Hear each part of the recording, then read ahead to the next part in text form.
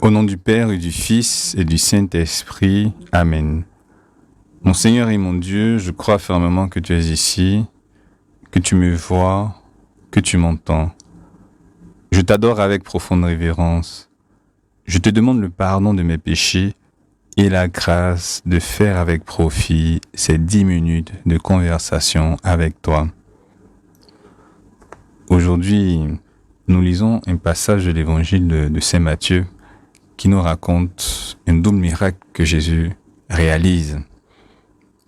Matthieu écrit: En ce temps-là, Jésus monta en barque, refit la traversée et alla dans sa ville de Capharnaüm. Et voici qu'on lui présenta un paralysé couché sur une civière.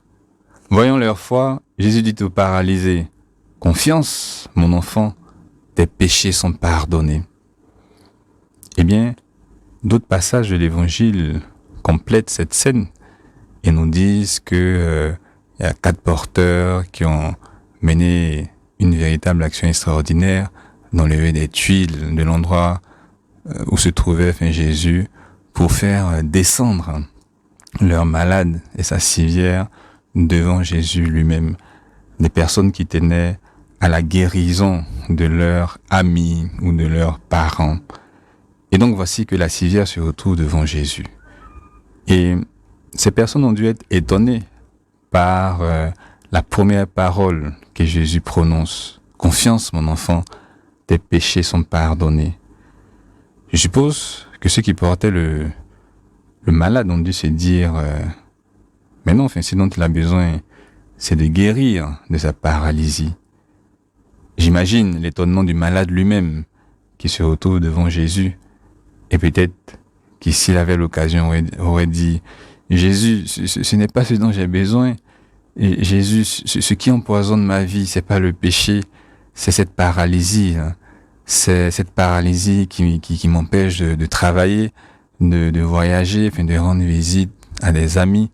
C'est cette paralysie qui m'empêche de mener une vie normale.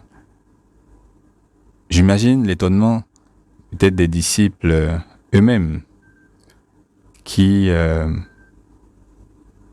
se demandent si le Seigneur n'a pas vu, disons, le problème. Lui qui a guéri tant de malades, quelquefois, sans qu'il le demande. Mais j'imagine l'étonnement du public, de toutes ces personnes qui étaient présentes dans cette maison de Capharnaüm.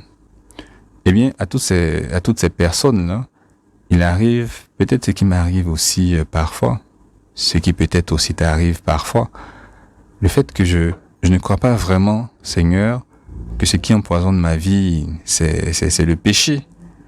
Je ne suis pas vraiment convaincu que mon grand problème, ma grande paralysie, c'est mon orgueil ou ma paresse ou mon manque de sincérité ou ces jugements négatifs que j'émets des fois, ces mauvaises pensées que j'ai, ces manifestations de colère. Eh bien, ouvrons le catéchisme de l'Église catholique au point numéro 1849 qui nous dit à propos du péché: le péché est une faute contre la raison, la vérité, la conscience droite. Il est un manquement à l'amour véritable envers Dieu et envers le prochain à cause d'un attachement pervers à certains biens.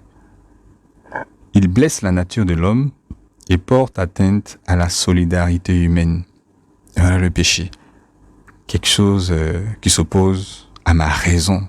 Voilà, c'est déraisonnable le péché, c'est quelquefois irrationnel. Quelque chose, Seigneur, qui offense ton amour et l'amour des autres. Et bien aujourd'hui, dans ce moment de prière, que je me rappelle que l'obstacle le plus important dans ma vie de Dieu, eh bien, c'est le péché. L'obstacle pour atteindre cette sainteté à laquelle tu m'appelles, Seigneur, c'est le péché. L'obstacle pour avoir une vie de prière conséquente, c'est le péché. L'obstacle le plus important dans mes relations avec toi-même, Seigneur, c'est le péché. Et dans les relations également avec les autres. Et bien comme au cours de la messe, dans cette prière que nous faisons au début de la messe, que je sache répéter Je reconnais devant mes frères que j'ai péché en pensée, en parole, par action et par omission. Oui, j'ai vraiment péché. Et le moyen que tu me donnes pour me réconcilier, eh bien, c'est la confession, le sacrement de la confession. Et chaque fois que je me confesse, je t'entends me dire encore, à travers le prêtre, tes péchés, mon enfant, confiance, mon enfant, tes péchés sont pardonnés. Ces paroles que tu as dites au paralytique, eh bien, tu me les redis aussi dans chaque confession. Dans chaque confession. C'est vrai qu'il y a tant d'excuses pour retarder la confession, pour la laisser pour plus tard, non? Je me rappelle, au cours d'une colonie de vacances avec des jeunes collégiens, 11, 14 ans, on s'est rendu dans une très belle ville du sud de la Côte d'Ivoire, San Pedro, des belles plages, de beaux paysages. Et là, une des activités phares, c'était évidemment le sport, c'est-à-dire le football. Et parmi les participants, parmi les garçons qui participaient à cette colonie, il y avait un qui, le premier jour, après le premier match de football, au lieu de faire la lessive, eh bien, il a tout simplement accroché son t-shirt au séchoir. Et voilà, le lendemain, il a utilisé un parfum. Sa mère lui avait laissé un très beau parfum. Et bien, il a parfumé le t-shirt et il l'a porté de nouveau pendant la journée. Et le temps de sport venu, il a utilisé encore le même t-shirt en faisant la même opération, l'accrocher sur le séchoir. Et le lendemain, une fois que le tricot était sec, il a encore utilisé son super parfum pour le parfumer. Et la chose s'est répétée le troisième jour. Et là, les autres participants à la colonie l'ont arrêté. Ils dit, bon, non, écoute, il faut que tu fasses la lessive, il faut que tu laves ce tricot. Parce que c'est vrai, quelle que soit la qualité de ce parfum, eh bien, il y a un moment où il ne servait plus du tout. Et bien, quelquefois, oui, je peux avoir cette tendance-là de cacher la vérité et de ne pas reconnaître que ce dont j'ai besoin, c'est cette grande lessive là, que la confession me permet.